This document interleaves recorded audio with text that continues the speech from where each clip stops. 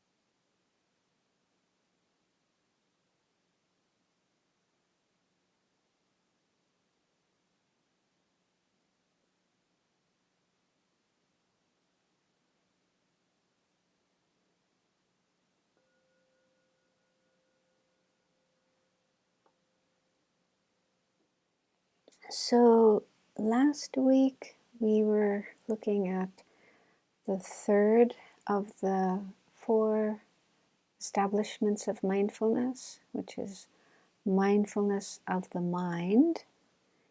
And there's different ways of practicing that. In the Satipatthana Sutra, the Buddha spoke about being aware when we have an afflicted state of mind, like mind of desire or greed or lust, knowing when that is present in our mind, and also knowing when it's absent, being able to recognize when it's there and when it's not there. And the same with hatred or aversion, animosity, so that state of mind, being able to recognize when that is present in our mind, but also when it's not, when it's absent, and so on. So he mentioned these different states of mind, some of them afflicted, and some of them, we didn't get into the later ones, but the later ones are a liberated mind or a concentrated mind. So those are higher states of mind that one needs to practice quite a while before one would be able to experience them. So I mainly focused on the first states of mind mentioned in the sutra, which are more the afflicted ones, because those are the ones we probably have more often. And then I also read from the book Following in the Buddha's Footsteps, which is more from the Mahayana tradition, other ways of practicing mindfulness of the mind, such as the impermanence of the mind, conventional nature of the mind, and the emptiness of an I, because we sometimes identify our I with our mind. We sometimes have the sense that I am my mind, or my mind is me. And so the Dalai Lama spoke about how we can meditate on the mind and recognize that it's not I, it's not myself, and so on. So we didn't have time to meditate on all of those, but I thought that today we could start by doing a little meditation on the conventional nature of the mind, the clear and knowing nature of the mind. So this is probably something you've heard many times during the program, how the nature of our mind, the conventional nature of our mind, because there's the conventional nature of the mind and the ultimate nature of the mind. So the conventional nature of the mind is that it's clear and knowing, meaning it's non-material, non-physical, and has the capacity to know, to experience things. So it's that part of us that knows and feels and experiences things. And that's the conventional nature of the mind. Then the ultimate nature of the mind is emptiness of inherent existence. So So I thought we could do a meditation on the conventional nature of the mind. Although this is not easy to recognize, but I'll just use His Holiness's description and we can try it out and see what we experience. So he starts off talking about how in our daily life we place too much emphasis on the experiences of our five sense consciousnesses, seeing, hearing, and so forth. So what he's saying is we get very involved with the things that we see and hear and smell and taste and feel with our body, tactile sensations. So those kinds of experiences occupy a large proportion of our experiences during the day. And then he says, even the experiences of our mental consciousness including our thoughts, memories, dreams, emotions. So even on that level of the mental consciousness, those are usually concerned with the objects of our five senses. So for example, if we look at our thoughts, many of our thoughts are about things that we've seen or things that we've heard or smelled or tasted or felt with our body. So we kind of go over those experiences again and again, remembering them, and also sometimes fantasizing about experiences of the senses that we would like to have in the future, like going to the beach, going for a swim, or eating delicious food, listening to nice music, and so on. So much of our experience, both on the level of our five senses and even on the level of our mental consciousness, our thoughts, is related to objects of our five senses. And he also says our feelings of happiness and suffering are usually derived from contact with sense objects. So these experiences with our five senses, contacting sense objects, also affects us emotionally, feeling happy or feeling unhappy. So he says, so our whole lives are controlled by sensory experiences, and we do not experience the real nature of our mind. So we're so occupied with those kinds of experiences, we don't have a chance to see the mind as it really is and the real nature of it. And so he gives this explanation of how we can try to contact the nature of our mind, the clear and knowing nature of our mind. So let's just give it a try. And let's start with a few minutes of meditation on the breath to help our minds to calm down, both our bodies and our minds. So make sure you're sitting in a comfortable position, one which you don't have to move too much. You can remain still in that position for a period of time.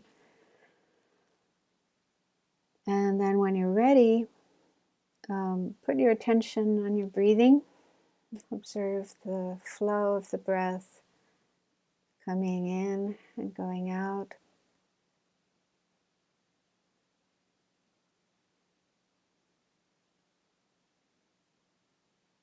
And really do the best you can to stay on the breath, aware of the full inhalation and exhalation of each breath. And be on the lookout for the mind being distracted to other things such as sounds or other sensations in your body or smells. You may have your eyes closed or partially closed, so not much chance of seeing things that might distract you. But on the mental level, we may have thoughts arising, thoughts again about objects we've experienced with our senses, things we've seen and heard and so forth. So just notice when those experiences happen, those distractions happen, and try your best not to let your mind be distracted by them. Just notice them and let them go, and just stay with the breath so that your mind remains in the present moment, present place, just aware of your breathing coming in and going out.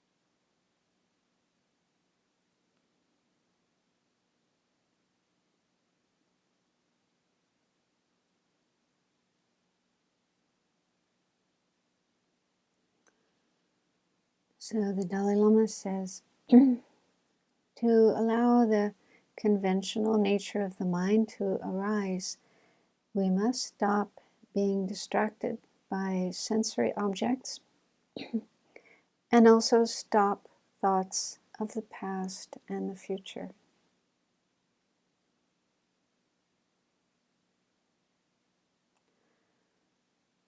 So just keep your mind, your awareness right here, right now, in the present moment. Not thinking about the past or the future, and also not being distracted to objects of any of the five senses.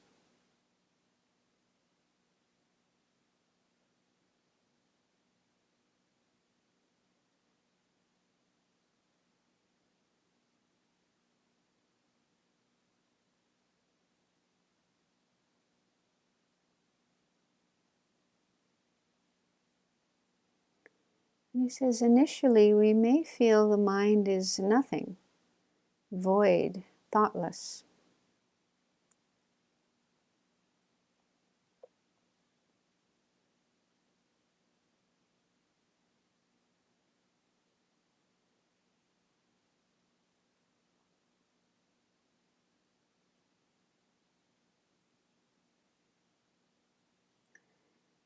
When we are able to prolong this time of not remembering the past or thinking about the future, we might get a glimpse of voidness.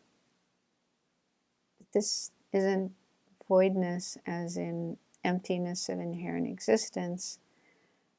Rather, it's a kind of gap in which the arising of mental elaborations and manifestations of the coarse level of mind have stopped.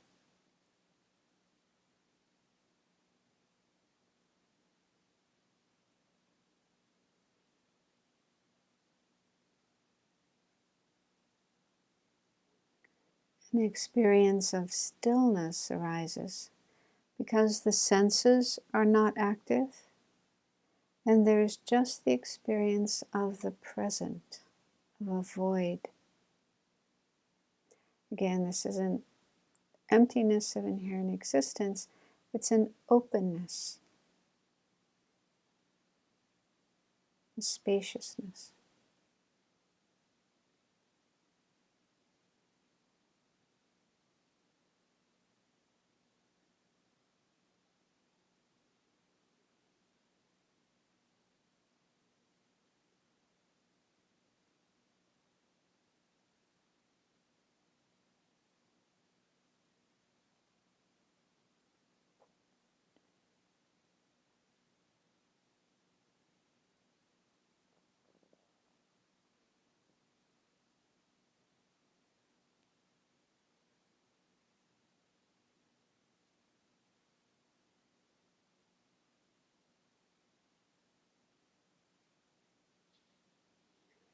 And when this gap, this openness is sustained, we may get a glimpse of the mere, clear and knowing nature of the mind.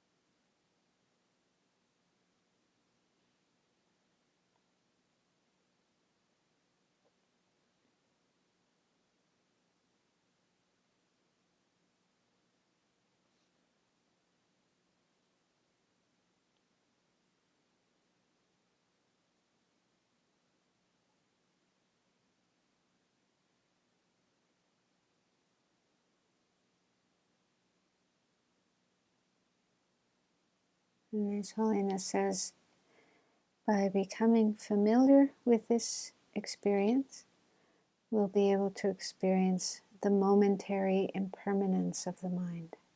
See how the mind is impermanent, changing every moment, not remaining the same.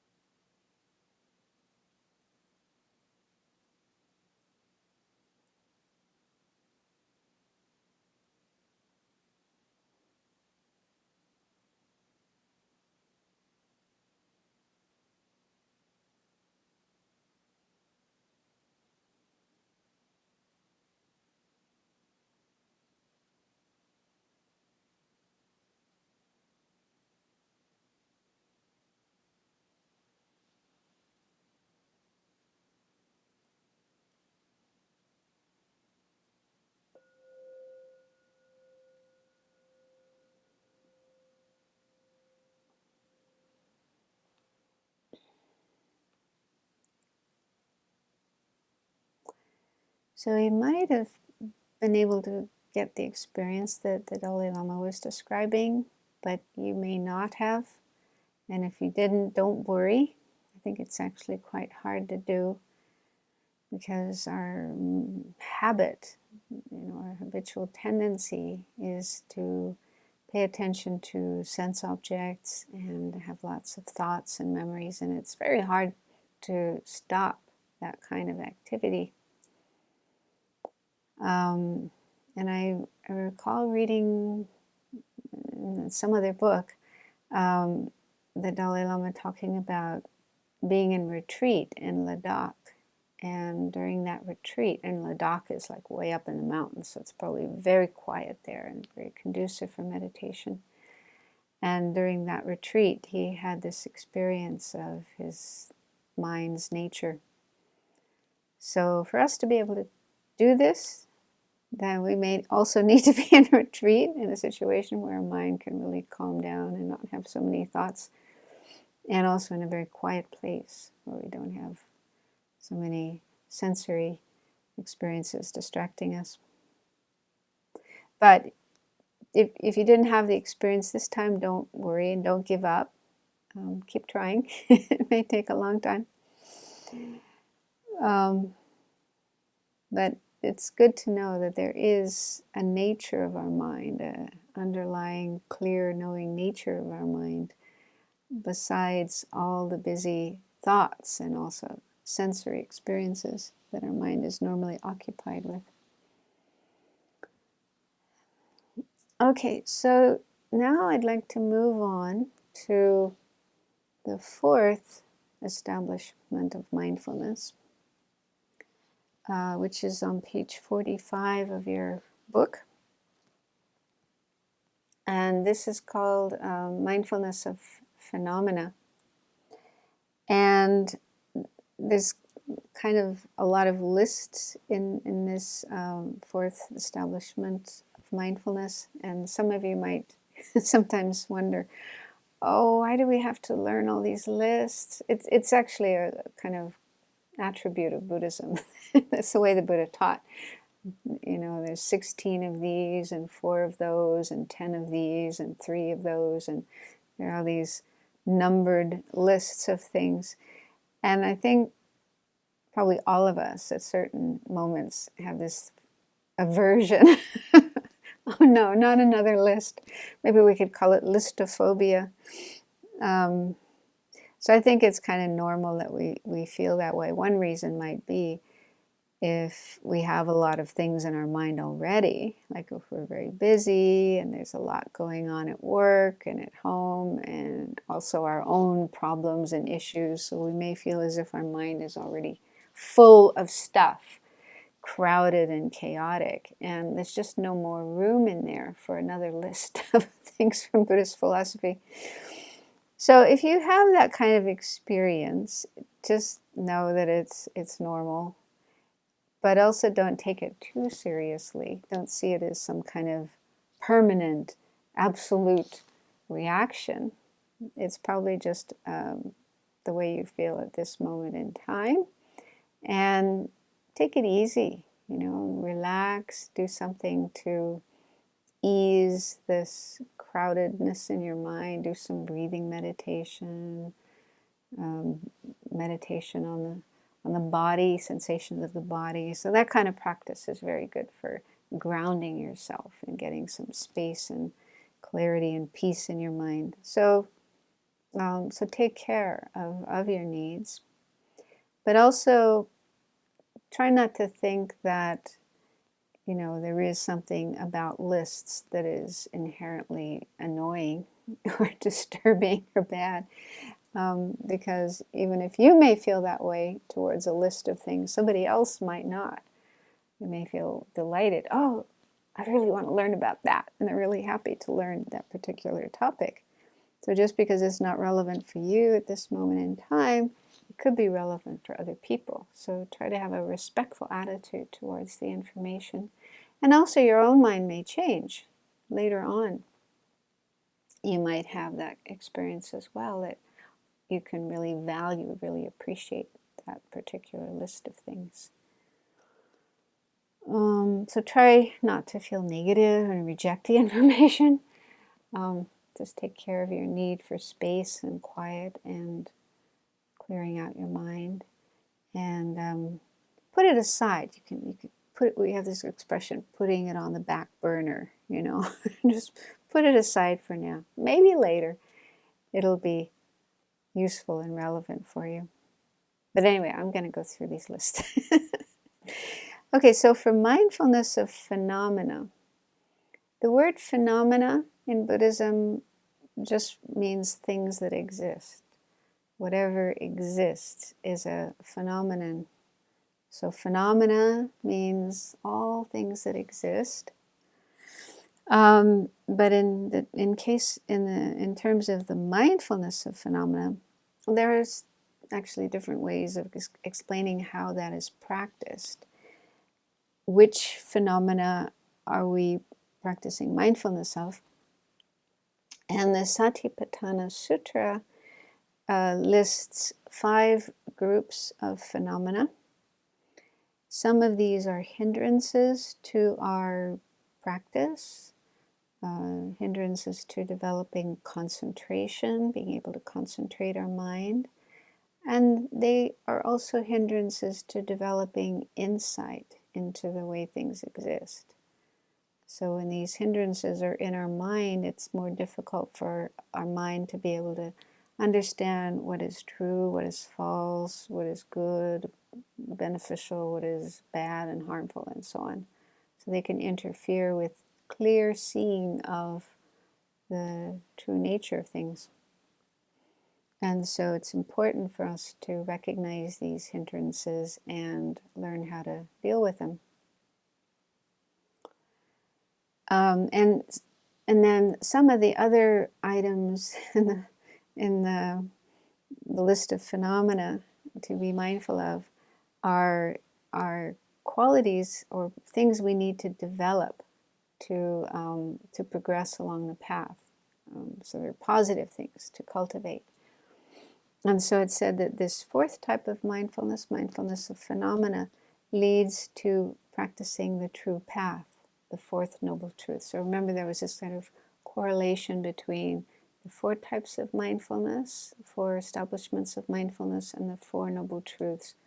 So each one of the 4 practices of mindfulness leads us to or helps us connect with one of the 4 noble truths. So this one is related to the 4th truth, truth of the path, or true path.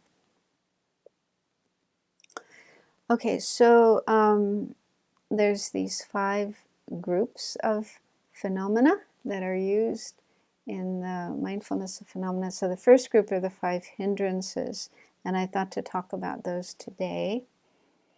And then there's the 5 aggregates that you've probably heard many times before. This is just the Buddhist way of dividing up what we are as a person.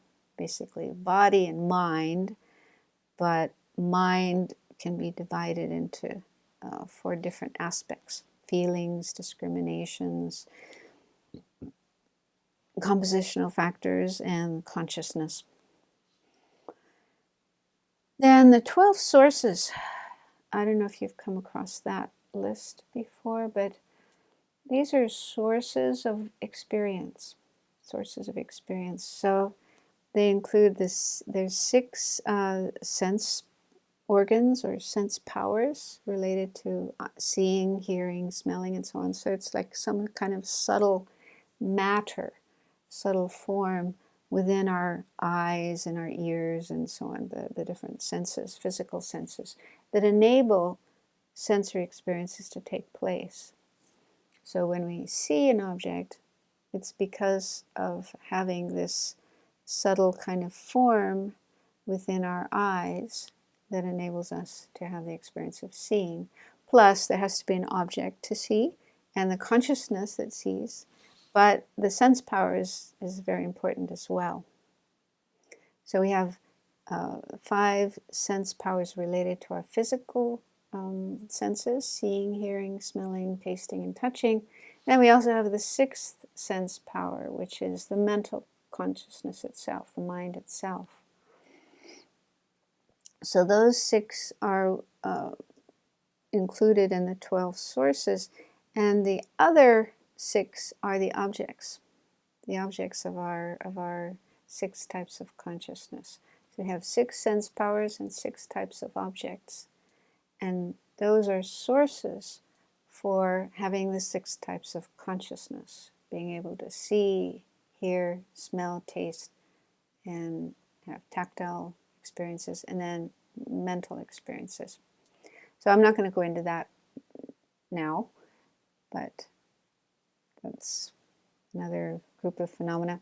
And then the 7 awakening factors. I thought I'd talk about that next week. These are like qualities, positive qualities that we cultivate on the path that enable us to progress along the path. One of them is mindfulness. So I thought to talk about those next week. And then there's the 4 truths that we have already learned before. So then it goes on to say, contemplating these phenomena will lead us to the realization of the ultimate Dharma, true cessations. It will lead us to freedom from all of our suffering and the causes of suffering. And the practice of mindfulness of phenomena is not about contemplating categories of items. So it's not that we're just intellectually going through these different kinds of phenomena, but rather these schemas are used to elucidate and make our experience intelligible, because all of these different kinds of phenomena are part of our experience, although we may not recognize them. So the practice of mindfulness enables us to recognize them within our experience and the role that they play in our experience, both of suffering and of happiness and liberation. It says they serve as maps and guidebooks that lead us through the complexities of our experiences to reach liberation. So we don't have time. We just have today and next week. So we don't have time to go through all of these. But I thought to start with the 5 hindrances. And there's a chart on page 46 of your book that shows the 5 hindrances and some antidotes to them, what we can do about them when they occur. And the Satipatthana Sutta explains how to practice mindfulness of the 5 hindrances in 4 steps. So the first step is simply recognizing when that particular hindrance is present in you, and also knowing when it's not there. So that's something we encountered before with mindfulness of mind, knowing when that particular mind is present and also knowing when it's not present. So in that way we're getting more familiar with our state of mind, different states of mind. And the second step is understanding the causes for it to arise. What gives rise to that particular hindrance? Third is understanding how to temporarily suppress it, to not suppress in a negative way, but just to keep it under control, to manage it so it's not just taking over our mind and we're getting completely caught up in it. And then the 4th step is how to eliminate it completely. Now that's not something we can do right now, but with attaining higher levels of the path, such as realizing emptiness, then we'll be able to completely eliminate that particular hindrance. So in the beginning, we can just learn how to manage it, keep it under control. But later, with further progress, we can be free of it altogether. So, let's start with sensual desire, which is number 4 on the chart on page 46. But it's actually the one that's normally taught first. I'm not sure how that order got out of order, but anyway, sensual desire is the one that's mentioned first. And so the first step is being able to recognize it when it's in our mind. And there's an explanation on the chart of what sensual desire is. So it's finding sense objects attractive. So objects that we see, hear, smell, and taste, and so on. Finding them attractive, and then exaggerating their qualities or projecting extra qualities onto them, so that they, the object no longer relates to reality. So strictly speaking, it's not desire itself that exaggerates or projects onto an object. That function is another mental factor, which is called inappropriate attention. So what happens is we first see an object or perceive an object that we have a nice feeling for. There's a pleasant feeling for that object. Then this other mental factor, inappropriate attention, kind of starts exaggerating the good qualities of the object and maybe projecting things onto it that aren't really there. So the object comes to seem really wonderful, really fantastic, more than it really is. And there may also be an element of ignoring or denying any faults or not so good qualities of the object. So we come to see it as 100% wonderful and perfect and fantastic, and I have to have it. So there's that exaggeration going on. Then following that is desire, this attitude of I want that. I want to have it, I want to possess it, I want to enjoy it. So this is an experience we all know very well. It can happen many times a day. And it can happen during our meditation, as well as other activities when we're trying to work, or like in your sessions with your patient, you're trying to concentrate on what your patient is saying and doing and so on, but your mind can get interrupted by desire. So a thought will suddenly pop up, wanting a cup of coffee or wanting a cup of tea or wanting to eat an ice cream or something delicious, or wanting to listen to some music, some song that you like very much, or go somewhere and do something. So these kind of thoughts are popping up in our mind, and that's sense desire. So it's the desire to have sensory experiences that we regard as pleasant and something that will bring us happiness and pleasure. So it's disruptive when this happens. And so the first step is noticing when sense desire has arisen in our mind. And if we are concerned about practicing meditation and developing our concentration, we need to recognize that this is a hindrance, because it takes our mind away from our object, so we aren't able to stay concentrated on it. But it can also hinder other activities that we're doing, like work or study or writing or whatever. So that's part of the practice, is training our minds to be able to recognize sense desire when it arises. And this is training our introspective awareness. Introspective awareness is that mental factor that's paying attention to what our body is doing and our speech is doing and what our mind is doing. So it's introspective awareness that's able to recognize, to notice, that's sense desire. There's the desire to eat something delicious or drink something delicious. So when we get better at being able to notice when it's there, we'll also be able to notice when it's absent. For example, when we're able to sit quietly and focus on our object and be content just to keep our mind focused on our object, and not have this desire to experience something else, like a sense object. So the second step is knowing the causes of this arising in our mind.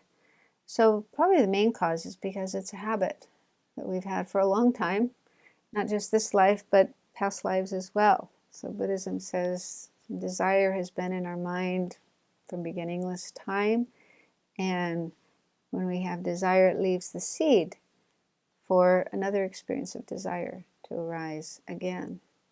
So it's like habitual. We're so habituated to it. So it arises very easily. And also when desire does arise in our mind, we probably follow it. We probably have the habit of just going for that object of desire. And we're encouraged to do this by our culture. Probably most cultures in the world don't see anything wrong with desire. In fact, they're encouraging it. And with advertising and media and entertainment and so on, it's like we are being constantly encouraged to follow thoughts of desire and seek as much pleasure as we can. And there's very little encouragement to counteract it, except in religious, spiritual traditions. So they usually, point out the faults of desire.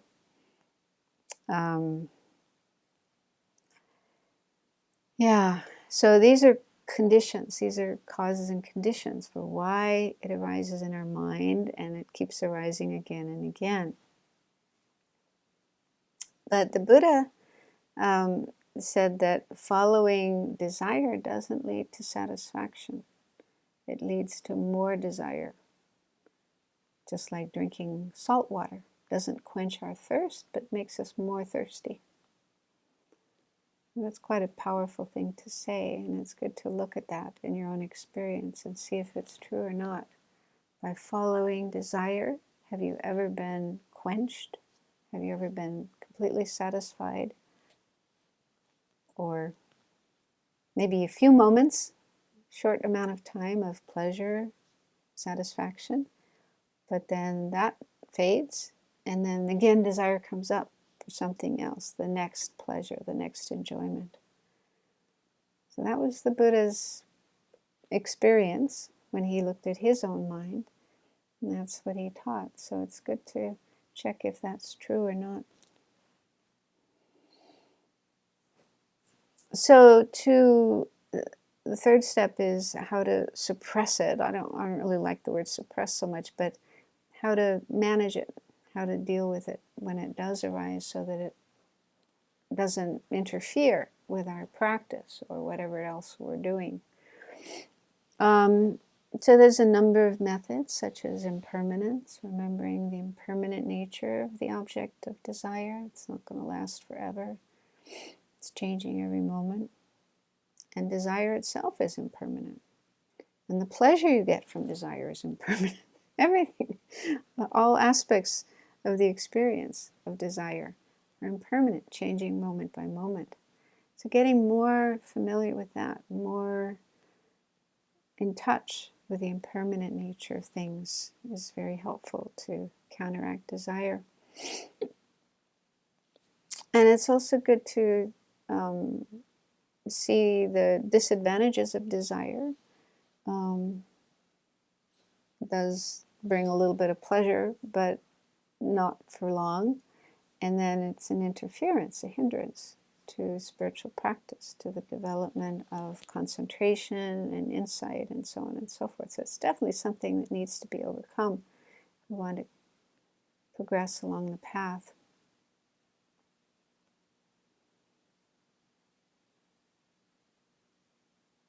So we've already talked before about other antidotes to desire, and we did a meditation on it, so I won't go into that so much.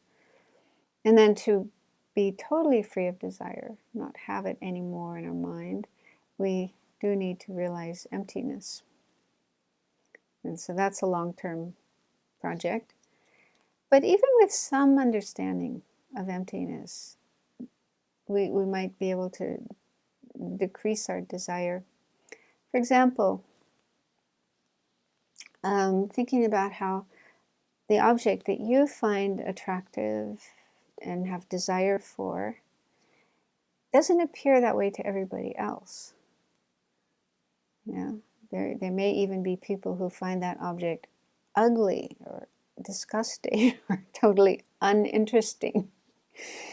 And that can be kind of a shock, kind of shakes you up, because When we have desire for an object, it's like we see that object as totally inherently attractive. Like, it's undeniable that that object is wonderful, is attractive, is a cause of pleasure. That's how we see it. And that shows our ignorance coming through, our ignorance underneath the desire. We see the object as inherently existing, intrinsically existing, and it's attractive, so it's intrinsically attractive. But if that was true, everybody else would find it attractive as well. And that's never the case. You can always find at least one person who isn't interested in that object, doesn't find it attractive. And so that sort of shakes you out of that sense of the object being really attractive from its own side. So that can lead us to doubt. Oh, maybe it's not that great. Maybe it's not that attractive as I think. Maybe I'm deluding myself. So that way of thinking can also help to decrease our desire. And then ultimately, with the realization of emptiness, we can be free of desire altogether. Okay, so another hindrance to meditation, concentration, developing insight, and so on is number 3 on the list. Again, they're kind of in a funny order, but normally this comes number 2. It's ill will or malice. And this is related to anger, hatred. So again, the first step is to recognize when it's there. And in the chart, it gives some examples of this. Some are more gross and some are more subtle. So actually wishing to harm somebody, having thoughts, wishes to give harm, physical or verbal, to another person. So that's kind of a gross level of this state of mind. But it can also be more subtle. So it's just a feeling of aversion or dislike or criticalness, irritation. Okay, so that kind of feeling is part of this mental factor.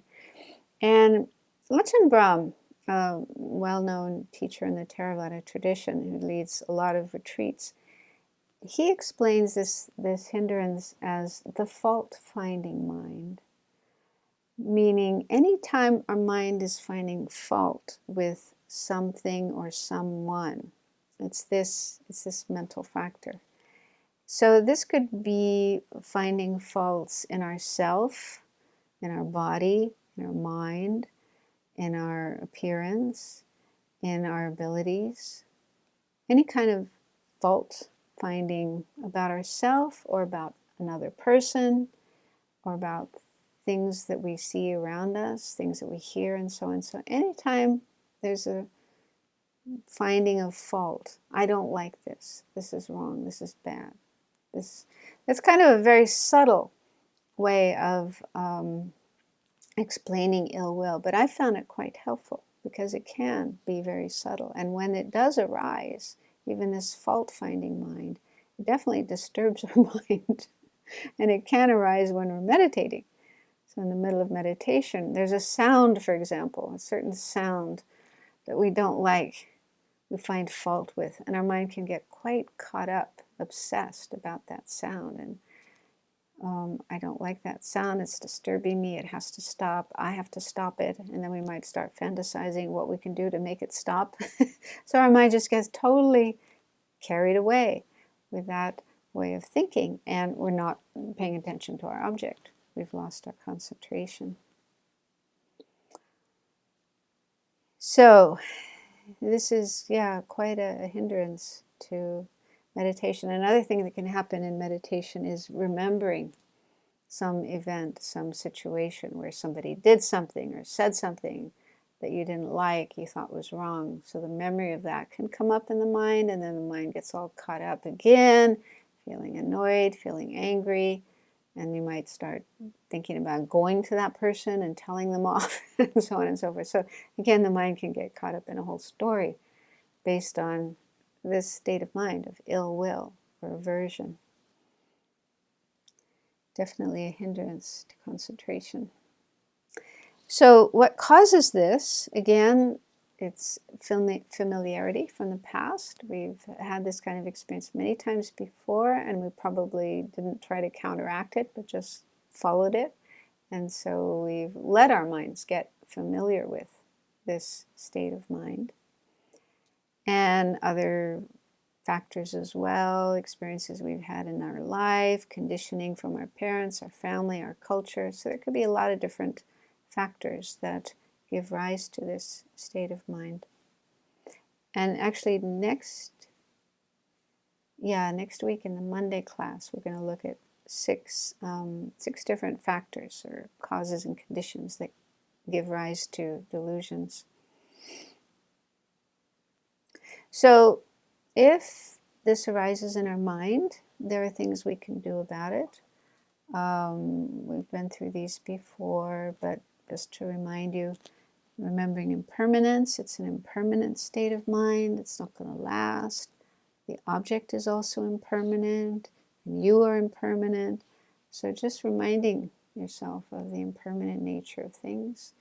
Because, when we see things as permanent and solid, we take things so much more seriously. And we feel like, I really have to be angry at that person, and I really have to tell them off. I have to do something about it. But thinking about impermanence helps us be more relaxed. Never mind, it's going to pass. It's going to change. He will change. I will change. Everything will change. So the more we're familiar with impermanence, the less we find good reasons to get angry about things. That's my experience. And then loving kindness is also very important. Just making our minds more familiar with the wish for others to be happy. So the more our mind is pervaded or suffused with that quality of mind, the less likely we'll be to get angry. And compassion, patience. So there's lots of antidotes to anger. And the more we familiarize our mind with those antidotes, then the more our anger will get subdued. But not completely gone until we realize emptiness. So it's the wisdom realizing emptiness that's able to completely eliminate anger from our mind. Okay, so now let's look at restlessness and regret, which is actually number 1 on the chart. So there's actually 2 hindrances here. Restlessness can be physical, just can't sit still. You've probably all felt that sometimes. It's just really hard to sit still. You're all this energy and you're moving. Or it could also be mental, where your mind is very hyperactive and just jumping from one thing to another. Memories of the past, planning the future, worry, anxiety, and so on. So just a very restless, active mind. So that's the meaning of restlessness. So I think it's pretty clear how that is a hindrance in meditation. Hard to sit still, hard to keep your mind still. And regret is, it can include different things. Thinking about the past and feeling bad about something you did that you shouldn't have done, or maybe that you wished you had done but you didn't do. And so these kind of thoughts, these kind of memories can come up when we're meditating, and again our mind can get totally caught up in those kinds of thoughts. And also the feeling of regret, it's kind of a sad feeling, a bad feeling. So again, it's a distraction when we meditate. So again, the first step is to recognize when they are there. Recognize when there's restlessness in our mind, restlessness in our body, or regret. I remember one time during a retreat, this feeling of nostalgia came up. My mind just got totally carried away with nostalgia, thinking about a place where I lived at one point in time many years before, and just thinking, wow, that was such a nice place to live. I wish I could still live there. Just like, it passed. But yeah, for a while my mind was just totally gone in that on that experience. I suppose that's a kind of regret that I don't live there anymore. I don't have that nice environment to live in, and so on. It was definitely a hindrance. So again, the first thing is to recognize these states of mind when they are there, and also how they are hindrances to meditation, so that we will want to do something about them rather than just getting caught up in and carried away by them. And antidotes, observing the breath is very helpful. Just paying attention to our breath and counting the breath, that's very helpful to calm down and be in the present.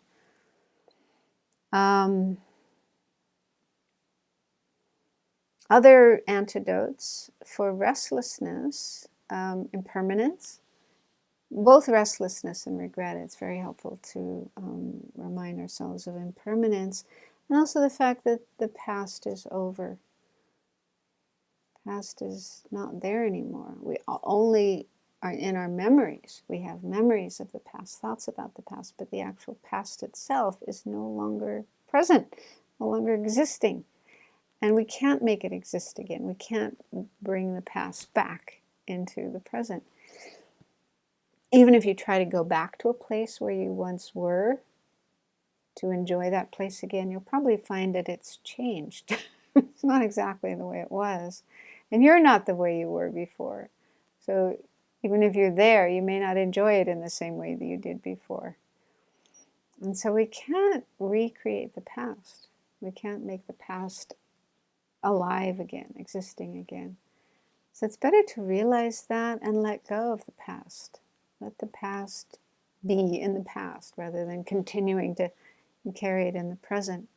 So that can be very helpful for regret.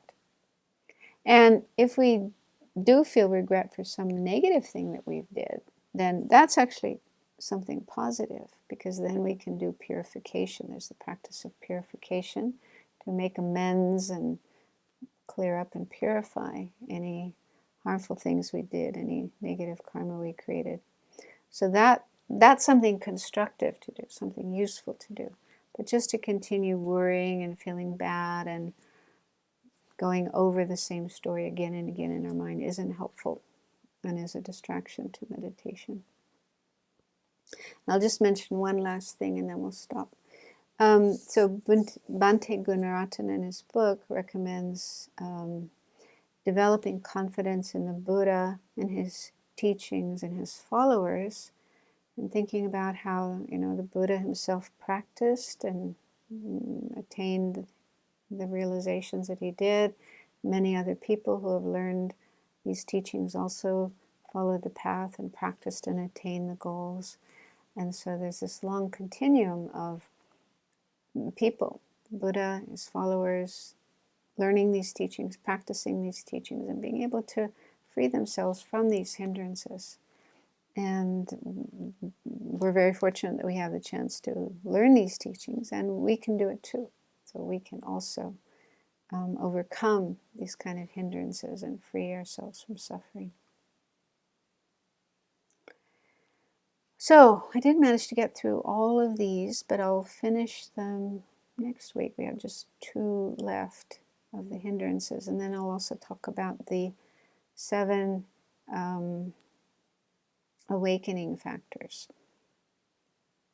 which I didn't include in your list, but I'll put together something and email it to you so that you at least have the list of those 7 factors. We'll go through those next week. So let's conclude with a dedication of the positive energy we've created. Let's share this mentally with all other living beings. May it bring them peace and happiness, up to the highest happiness of enlightenment.